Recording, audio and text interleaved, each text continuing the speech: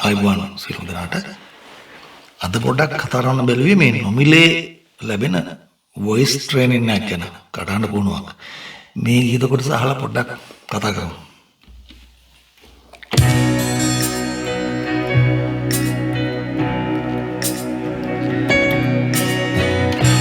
අලුයම පිපිදෙන ඔබගේ දැසේ යල්පෙතියක පිණි කඳුලක් රඳවා අලුයම පිපිදෙන ඔබගේ දැසේ මල් පෙතියක පිණි කඳුලක් රඳවා සුසුමක් වාගේ හින් පිටවී සුසුමක් වාගේ හින් පිටවී ඔබගෙන් වෙන්නම්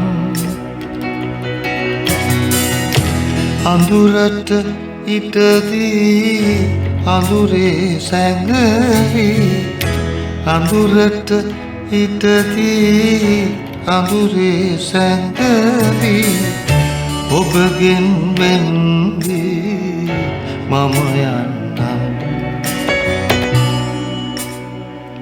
අලතින් ලස්සන ගීතයන්නේ.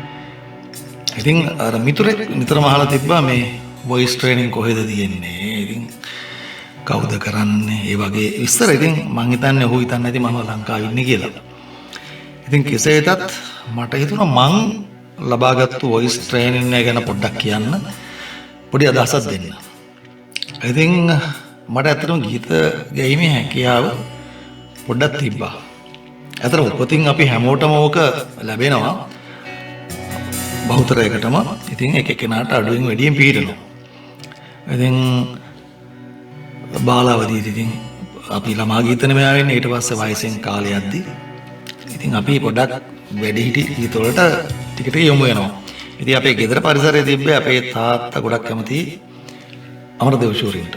ඉතින් මමත් ඒ නිසා නිකන් ආයාසයෙන් තොරවම අමරදේව ශූරින් තමයි මගේ ජනප්‍රියම ගායකයා වුණේ. ඉතින් ඒ කාලේ ඉතින් 7 8 9 පොඩි කාලේ.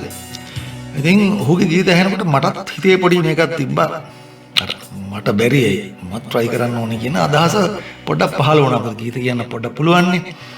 ඉතින් මං කරේ ඇත්තටම ඔහුගේ ගීත අරගෙන මේ අලංකාර කිරීම වගේ දේවල් ඉතින් ඒ විදිහටම කරන්න try කරා. ඉතින් ඒ අභ්‍යාසය දිගටම තිබ්බා මගේ. ඉතින් කැම්පස් ගියා, වැඩ කරන තැන් වලට ගියා. ඒ කියන්නේ මං ඉතින් මොකක් හරි ඔහුගේ ගීතයක් නිමුණනවා නිතරම.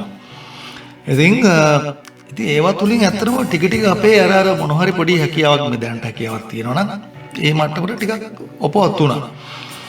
ඉතින් අපිට ඔහුගේ ඒ ගායන ලතාවට බීරට නම් ජීවිතේට කිට් වෙන්න බෑ.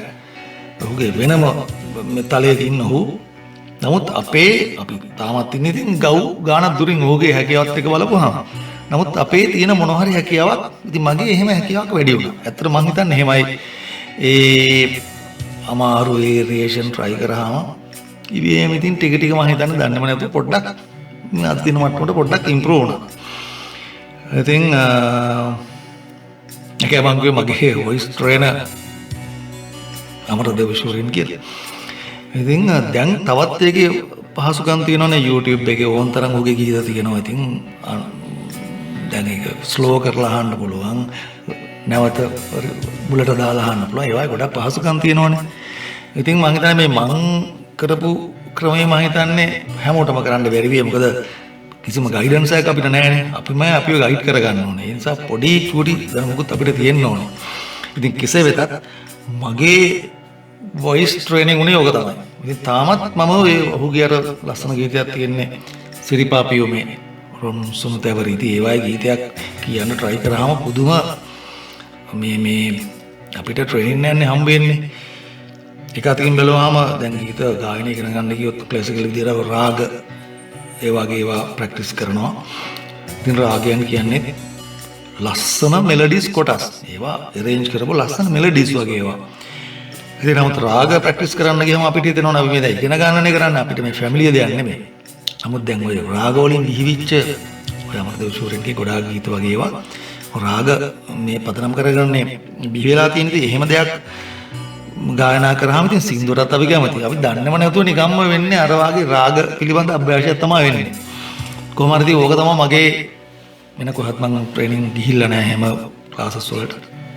කැනඩාවෙත් තියෙනවා හිතන්නේ. කැනඩාවෙත් ගොඩක් ඉන්දියන් අය ගොඩක් කරනවා. මේ ක්ලාසිකල් ඒවා. ඉතින් මේ මගේ අභ්‍යාසය උනේ අද වෙනකොටත් ඕක තමයි. ඉතින් තාමත් හැබැයි try කරනවා. මතෙන්ට ඉතින් කිට් වෙන්න බෑ. ඉතින් කොහොම හරි ඉතින් මේ යම් කිසි තමුන්ම ගයිඩ් කරන්න පුළුවන් කෙනෙකුට ඔය ක්‍රමය පාවිච්චි කරන්න පුළුවන්. ඔය සින්දුවක් කරගෙන ඉතින් හරි ලොකු වේරියේෂන් තියෙනවනේ. අනිත් එක අමරදේව ශූරන්ගේ ගීත ගත්තාම බැලුවහම මතු පිටින් පේන්නේ හරිම සරලයි කියලා. දැන් මේක හිතන්නකො අපි කියමු සින්දුවක් ගන්නකො. ඕනම සින්දුවක් ගත්තාම පිටින් බලලා පේන්නේ හරි සරලයි වගේ. නමුත් කියන්න ගියාම ඒ මිහිර ගන්න හරි අමාරුයි. ඒ ඉතින් ඔහුගේම තියෙන දුම හැකියාවකින් ඒ මිහිර ඒ ගීත වලට ඔහු ලබාදීලා තියෙනවා. කොහොම හරි ඉතින් මගේ වොයිස් ට්‍රේනින් උනේ ඔක තමයි. ඒකයි මම ෆ්‍රී වොයිස් ට්‍රේනින් කියලා. මොකද ඔක නොමිලේ සින්දු තියෙනවා. අහලා ඉතින් පොඩ ප්‍රැක්ටිස් කරනවා. ඉතින් තමුන්ට පොඩි හැකියාවක් තියෙන කෙනෙකුට තමුන්ම ගයිඩ් කරන්න පුළුවන්. ඔය ක්‍රමය පාවිච්චි කරන්න පුළුවන්. ඉතින් වෙන දෙයක් මට ඔය අහපු මිතුරට කියන්න දෙයක් නැහැ. වොයිස් ට්‍රේනින් ලංකාවේ තෝන් තරම් ඉන්නවා මම හිතන කරන කටේ වයිදනට ගියාම ඉතින් කවර ගයිඩ් කරන්න ඉන්නවනේ ඒක පහසුයි ඇත්තටම. ඒකට තමුන්ට ගයිඩන්ස් එකක් හම්බ වෙනවනේ. ඒක ලීසි. ඉතින් ඔක තමයි මගේ තාත් මේ ප්‍රැක්ටිස් එක වුණේ. ඉතින් අපි මේ ගීතي තව කොට මුල් කොටස එක පොඩ්ඩක් යන මලහිරු පස්සේ තව ඔය පොඩ්ඩක් කියලා අපි අදට සමුගමු. ආයි නැත හමු වෙමු.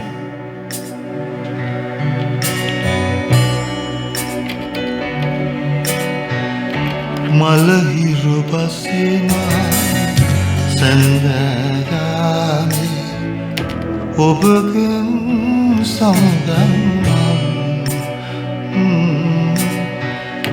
අඳුරට හිටවී අඳුරේ සැඟවි ඔබ මම යන්නම් ආපරකින් උඩ වැරදුනා මලහිරු බසිනා සඳයාමේ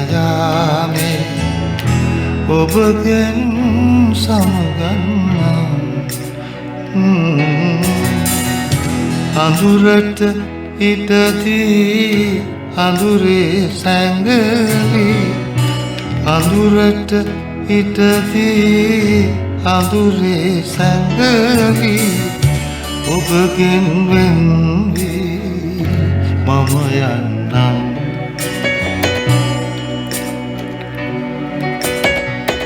එහෙනම් අදට නවතිනවා. ඉතින් ආයෙත් නැවත හමු වෙමු. මම සියලු දෙනාටම සුබ දවසක්.